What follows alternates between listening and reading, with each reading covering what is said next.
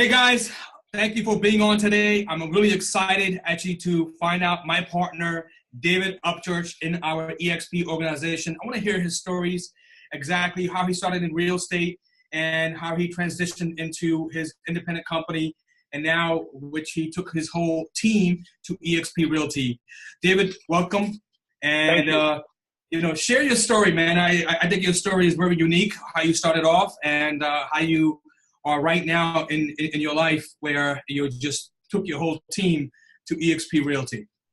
Yeah, so I think my story is fairly unique because in 1997, I had a buddy of mine that I've known since elementary school, got into real estate, and or actually he got into real estate in 96 and bugged me all through 96, most of 97, trying to get me to get into real estate. And I wanted absolutely nothing to do with it. I'm not ashamed of that. Wanted absolutely nothing to do. I was working with social services. I was a counseling psychology major and was working in that field. And at that time, I kind of, end of 97, kind of felt like I needed a little bit of a change. And he kept bugging me and kept bugging me. And so I gave it a try just to see what would happen, and instantly fell in love with it. Quit my full-time job in 1998, and I've done nothing but real estate since then. Wow.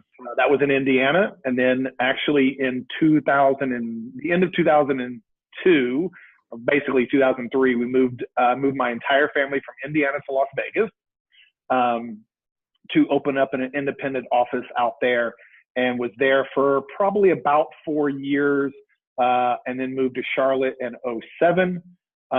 And just kind of started fresh again, and didn't know anybody in Vegas when we moved there, and didn't know anybody in Charlotte. I want you to tell me how you just picked Charlotte, because you shared that story with me, and that was kind of excitement.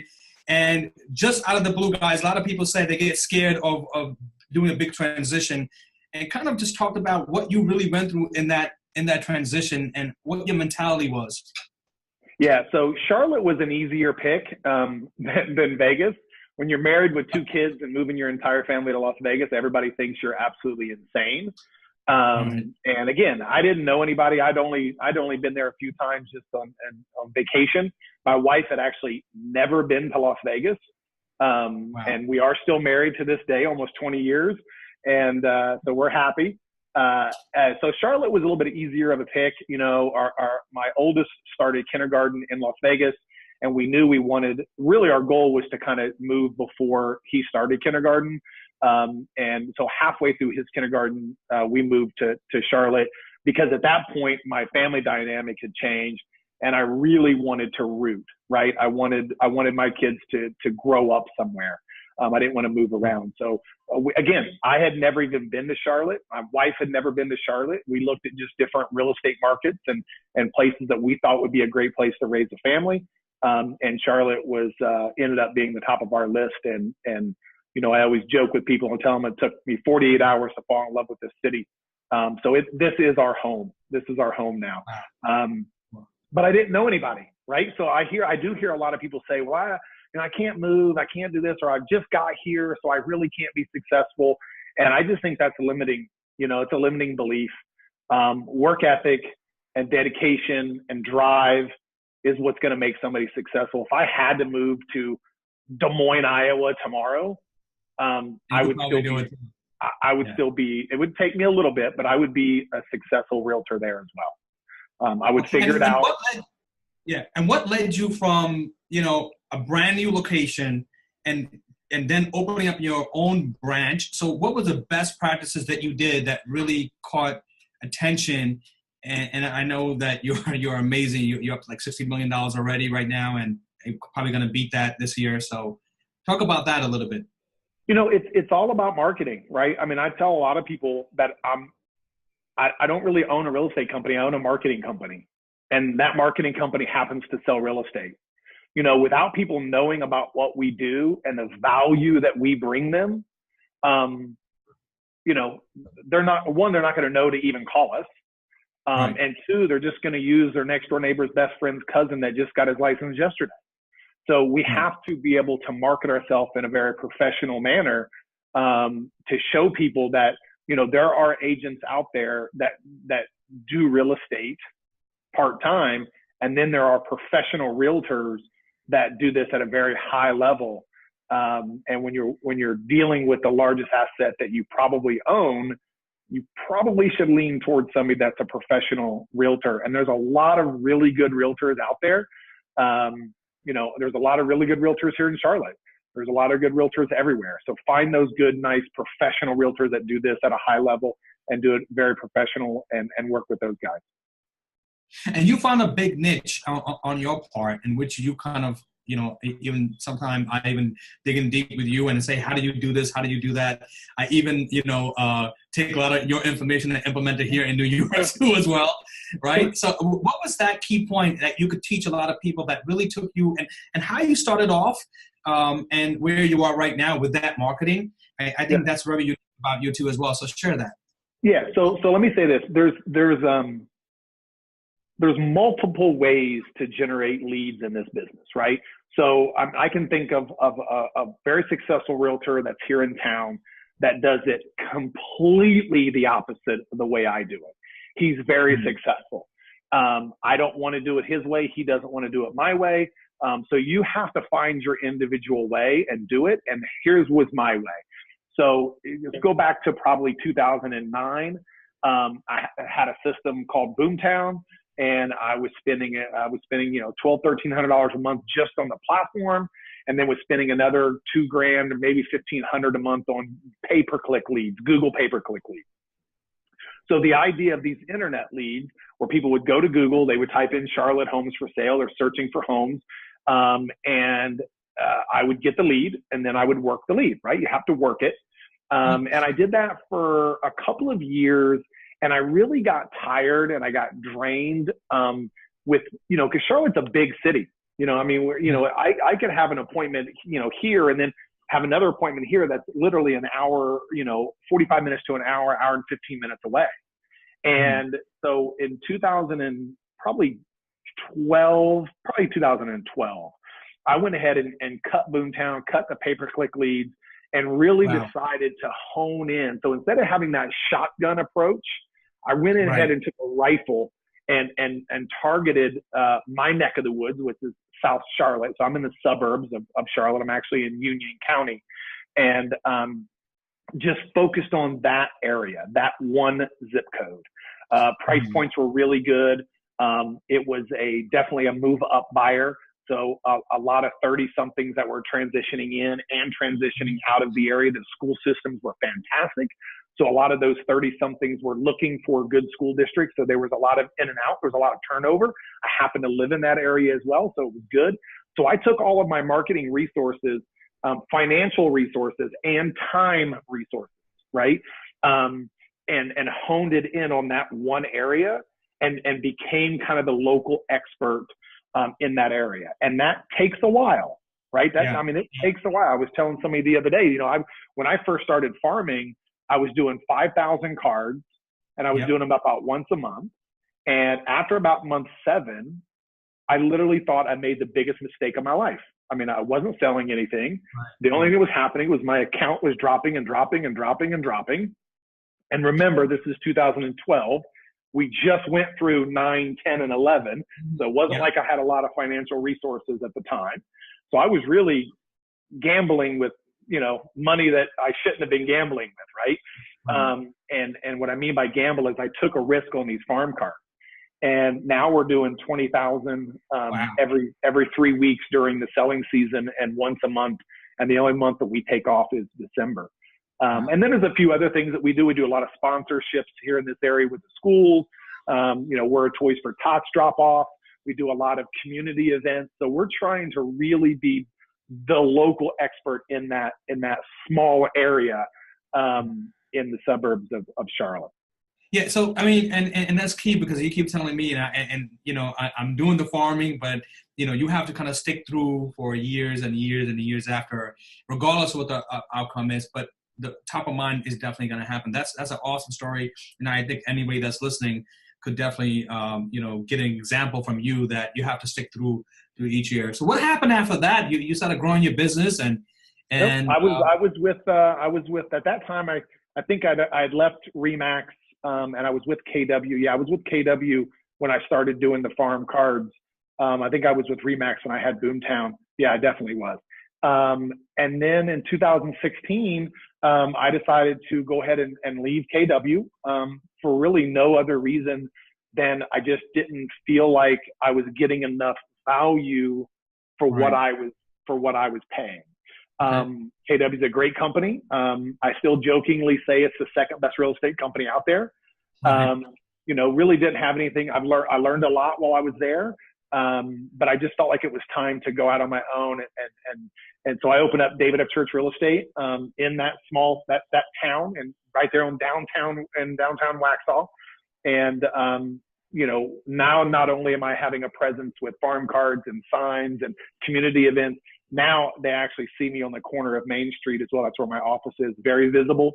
You know, again, it's just, I was telling somebody the other day as well, you know, they said, well, somebody asked, well, how many people, do people really walk into a real estate office? And I'm like, no. They're like, then why are you paying that rent? I'm like, guys, you know, sometimes spending money isn't always about getting a deal. You know, sometimes you can't tell if you're getting a deal from that or not. Right. For me, it was about exposure. It was about, oh, there he is again. Oh, that's the guy that I get the card from. Oh, that's, you know, again, it just solidifies us a little bit more. So when people are thinking about selling, they think about us.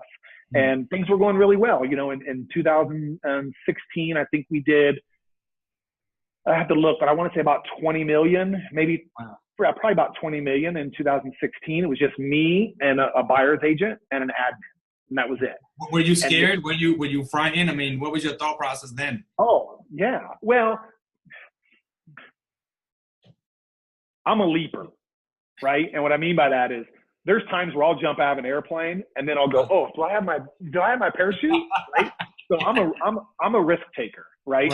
Right. And so it was a calculated risk leaving KW. I mean, really leaving a franchise like KW or Remax and going out on my own was not the risk. That was not the risk. Right. Because those companies don't make agents successful. Good. The agents make the agents successful. Right. I can name 20 really, really, really, really good professional Remax agents. And I can name 20 really bad Remax agents. Right. I can name 20 really good KW professional agents, and I can name 20 really bad ones. So it's not the franchise that makes you successful. It's you the person, that will make you successful or not. So me leaving KW really wasn't the risk, wasn't the jump. It was opening up an office that's 2,300 square feet with 3 people, me, a buyer's agent, and an admin, right? It was one of those build it and they will come mentality. Build it and I'll grow into it. Everybody told me, build it and then do it. Yep. And I did just the opposite. So I'm not saying that was the right thing to do. It worked out for me. You know, I kind of built the office and then kind of grew into it from there. And then in 2000, we hired a buyer's agent, and then I hired a listing partner in 2016. And then 2017, I think we did just that 30 million. We did 114 transactions. Was wildly successful. So things were actually going better than I really thought. So you were actually growing. A lot of the people were saying that I noticed that a lot of the independent companies out there, they also had declined. You were actually growing. Yeah, and one of the key things that I think people could take away from this, and I want to kind of say this again, you are a marketing company. Yes, you're in real estate, but you are a marketing company, and you have to kind of be in that mindset of moving forward. So yeah, that's awesome. You know, and the important thing I want people to understand is not all marketing costs money. Yeah. It costs time. Yep. It's either going to cost a lot of money or it's going to cost a lot of time. Right. Somebody said, what was it? They said sweat equity or what was the other one? Bootstrap. Sweat equity or sweat payment or something like that, right? I would say you either buy the leads or you beg for the leads, right? It's one of those two. You know, and then in 2018, we, you know, I really pushed up the marketing again, and we were on pace right now. We already have 50 million under contract. Wow. 160 transactions, 159, I think was today. So we'll probably hit about 170, 175 closed for the year, probably about 60, maybe 65 million. But in May, I was reintroduced to eXp. I was actually introduced to eXp in 2016 when I was making the transition from KW to David Upchurch Real Estate. And I'm almost ashamed to say I plugged my ears and I didn't want to hear it. I really didn't. And the person that was trying to explain it to me respected that. And I wish he wouldn't have. I wish he would have pushed me a little harder and forced me to listen and understand it before I said no. So I constantly tell people now, don't say no till you understand it. Then if you say no, that's fine. Right. Because the first reaction is, I don't want to hear something. I'm happy. Leave me alone. My reaction, the same thing. Awesome. So I mean, think about that. So for 1 second, you were independent, and then you really started getting introduced to eXp. Yep. And was it, wow, this is the biggest thing ever, or wow, like what happened in your mind at that second? It was wow, there's opportunities here that will help me do what I want to do for my own brokerage. Okay. And those things have nothing to do, it was training, right? So I was telling someone the other day as well, for me, I have agents on my team that'll do 14 million this year. Wow. And then I've got agents on my team that'll do 3 million this year. And then I've got brand new agents that were coming to me and wanting to work for me. And I was actually turning them away, not because I didn't want them to work for me. It was the opposite. I knew that I couldn't provide them what they needed. Wow. Very different mindset. I tell my agents all the time, because in your stage, I think everybody like come on board, I'll figure it out. But no, you had a different mindset. And again, it wasn't because I didn't think they would do a good job. It was because I didn't think I would do a good job for them. Because training somebody that's done 14 million and training somebody that doesn't know what the contract looks like, it's hard to do, right? So I turned a lot of those agents away. Right. And I felt bad about turning them away, but I told them, I'm going to disappoint you. I mean, I just know I am. So I'd rather disappoint you now than have you come over and 4 months later leave because you're disappointed. And what eXp provided me was an opportunity to utilize eXp as a cloud brokerage to get that training for those agents. And in my opinion, the world-class training. Right. So I've been at other franchises. I know what their training looks like. And I'm not going to sit here and bash that training because it's the best training they can provide. Right. But at eXp, if somebody wants to learn to be really good at Facebook ads, they can go on and take a class in the cloud from an icon agent that is doing a lot of their business from Facebook ads that lives in Texas.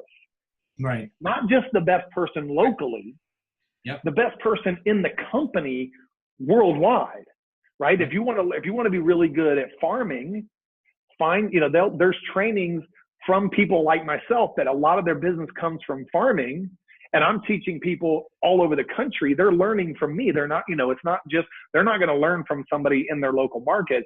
So training was huge for me because I knew that I could now provide those agents what they needed, and not let them down. So training and then the stock options, the stock rewards, the KV core, the technology, those were things that got me excited and has continually kept me excited about eXp and what got me to join.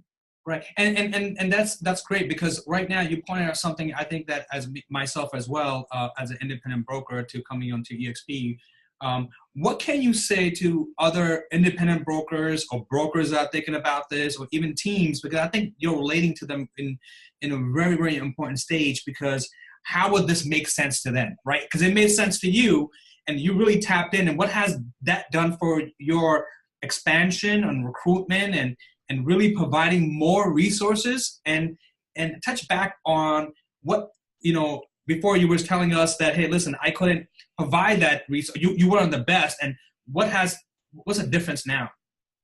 One of the things that I do hear from a lot of people that own their own company like me, that maybe worked for one of these, like me, worked for these large franchises and then went out and opened their own, that they don't want, somebody told me the other day, I don't want to give up on my dream.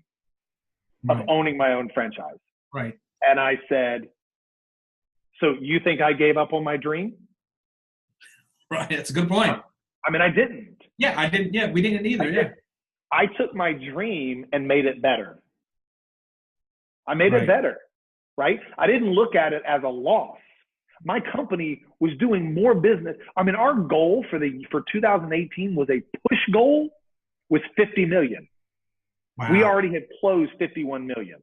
Wow. Congrats on that, man. If anybody didn't want to switch anything, it was me, because things were working.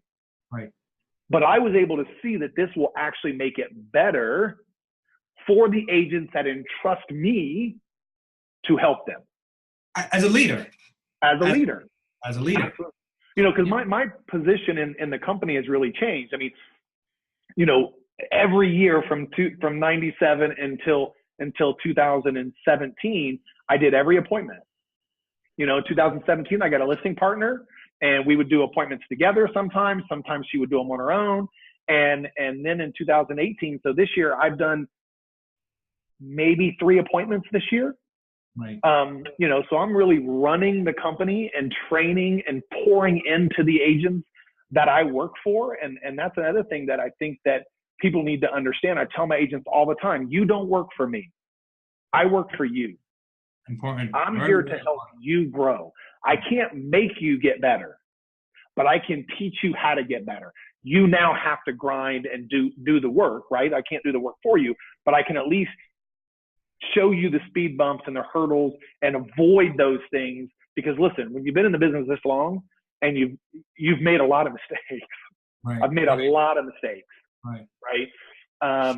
And if I can tell some agents which mistakes I've made and which ones to avoid, especially when it comes to marketing and spending money or spending time trying to generate leads, I feel like that's a big value add. You know, so now I'm able to not only help the agents that work for me locally, I'm able to help as many agents as I can everywhere. And agents expect that from you, right? I mean, they expect you to lead because you are the risk taker. You are the individual that's willing to go all out and, you know, see if something works, something doesn't work. And they want leadership, and they will follow you towards that. And what has that done for you as expanding the company and creating that opportunity for other agents? You know, it's kind of sad to say this, but a lot of agents that I've talked to are disappointed with their leadership. Because I think they have this expectation of what they should get, and then they don't get it. Yep. For whatever reason, right? For whatever reason. There's multiple reasons why some leaders don't lead, right? And that's another reason there's a lot of turnover in the real estate industry, right? I don't have turnover. I don't. I've been open since 2016, and I've had one person leave. And the only reason that person left, it was very mutual when they left, is they wanted to do commercial real estate. And even though my license in North Carolina says we can do commercial, we don't specialize in commercial. And I just didn't want to, I would rather refer that out to a professional commercial agent.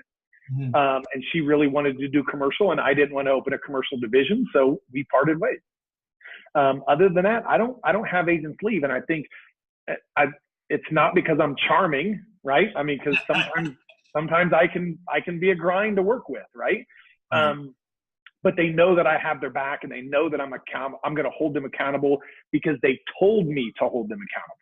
I ask people permission. Can I have permission to hold you accountable to what you just said you wanted to achieve? Nice. You know, I always have them set their own goals up, and then we talk about how they're going to achieve those goals, what they're willing to do to achieve those goals, and then I ask them permission to hold them accountable to it. Wow. And then I remind them when I'm holding them accountable to it that they wanted me to hold them accountable to it. Right. See, one of the biggest thing that I'm facing, and I think a lot of the leaders in your position are facing too as well, getting the production up for agents. And I think that accountability is really important. Now, do you have them sign a contract, or you just do a meeting every 2 weeks? What do you do to provide that for your agents and whoever's? Yeah. So no contracts. I don't really believe in contracts. Again, it's just my opinion. I think when you look somebody in the eye and say, hey, I want to do this and I want you to help me do this, right. To me, that's the contract, right? So we meet as a collective group every Tuesday. And now we're meeting in the world every other Tuesday, and then every other Tuesday. Actually, the first and the third Tuesdays, we still meet face to face. But other than that, we're meeting in the world, which is honestly just as good, right? I mean, it really is. You're embracing the new technology. You're embracing the new technology that's out there, how it's changing the new agents that are coming in. Absolutely. Because my people know that I'm there for them, I think they appreciate that, because I don't really, unfortunately, not everywhere, but too often I hear I didn't really have the support that I thought I was going to get going into company X. Right. So I mean, a couple of words before we get off. Anybody in your positions, team leader, independent contractor, a broker, that are looking at eXp, what has that done for you personally? Because we understand that you're providing the leadership, you're providing the trainings, people could expand a lot more, they could grow their business. And what has that done for you as somebody in your position, thinking about this, trying to understand this and why it makes sense for someone like you to jump over, or at least look at the opportunity, and and how your life before and now. I mean, you explained that, but I just want to pinpoint why somebody should really look into this and talk to you, or talk to us, or talk to anybody in eXp regarding this opportunity that's out there. Yeah. So there's for me personally, I'll tell you what it has done for me personally. For me personally, it's just allowed me to help more agents. Right? To help more agents. So, when you've been in the business 20 years, you start to get gray, and you start to, let's not give that off away right now. Yeah, right. And I still love this business, but I've evolved in this business. What I love more now is different than what I loved 15 years ago. Right? What I love now is helping people grow their businesses. Right.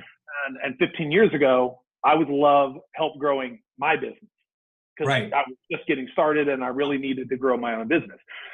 So for a lot of people, the majority of people, they're in that 15 years ago, David, where they're trying to grow their own business, and they're trying to say, okay, what can this company do for me to help me grow my business?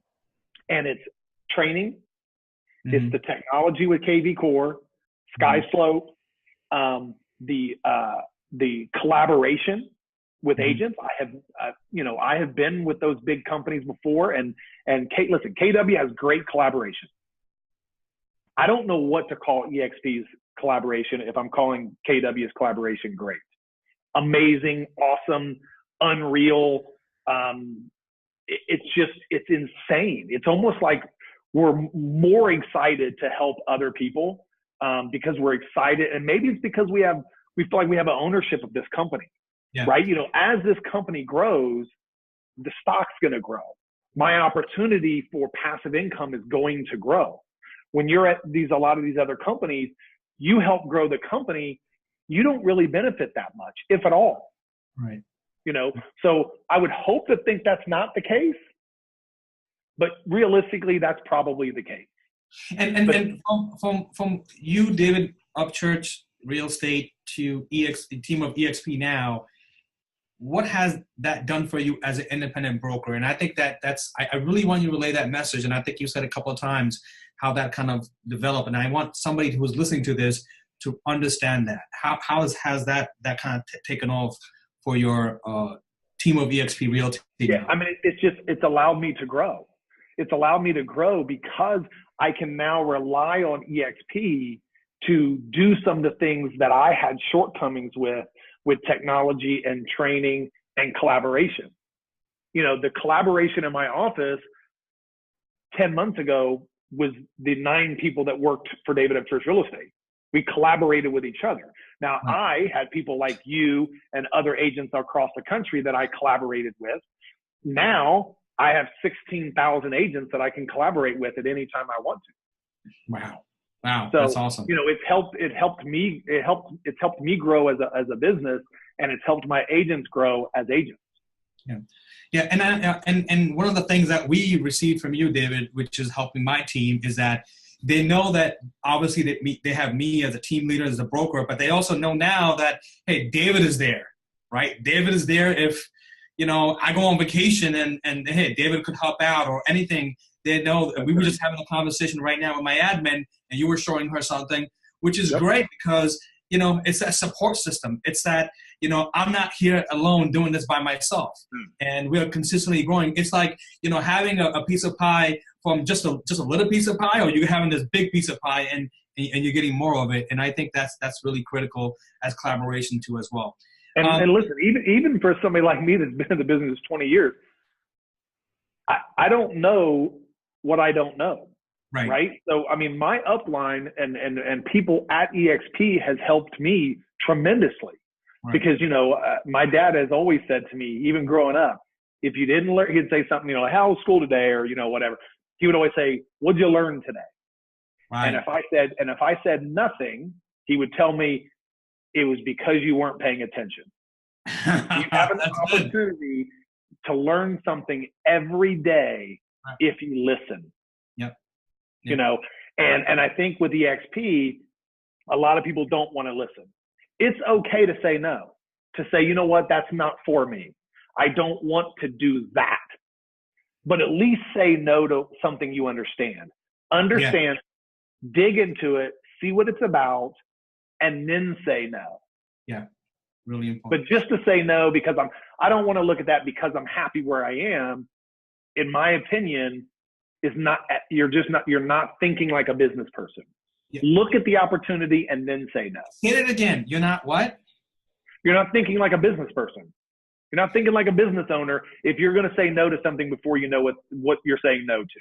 And that's critical, right? Because I think that a lot of us come as agents. We start developing ourselves as independent contractors or entrepreneurs, then become entrepreneurs, and then we start hiring someone. And then I think after that, it just becomes a threshold. That's why 1% of 1% are making most of the transaction until you become a business owner and you start looking at the business. I mean, if you got your license 4 days ago and you've sold 0 houses, you're a business owner. Right. Yep. You're still a business owner. You're not a successful one yet, but you still have to think like a business owner. Yep. Yep. Awesome. You're not an employee of your brokerage. Your brokerage works for you. You don't work for your brokerage. Yep. Yep. You're the CEO of your company. You are. Absolutely. Yep. Couple last words, David. How somebody get in touch with you? How somebody contact you for asking more questions? I know you're building a website right now. And a couple of last words before we get out of here. And thank you for being on one more time. No problem. So what I'll do is instead of just saying, I'll actually put all my information right here on email, phone number, website address, how to contact me directly. Anybody that's watching this, I don't care what brokerage you're with. I don't care what part of this country you're in. If you've got a question, I've got 30 minutes to talk to you. Good. Awesome. Awesome. Thank you, David. Thank you for being on today. Excited about you coming on, and let's get this started, brother. Thank you. I appreciate the opportunity, man. Thanks a lot, bud. Be advised that the topics and contents discussed in this podcast are opinions intended as general information based on personal accounts and experiences by the host Rummy Dhanoa and his guests. We recommend that listeners seek professional advice or research before making a business decision. This podcast is produced separately and independently from eXp Realty and is not sponsored or funded by eXp Realty.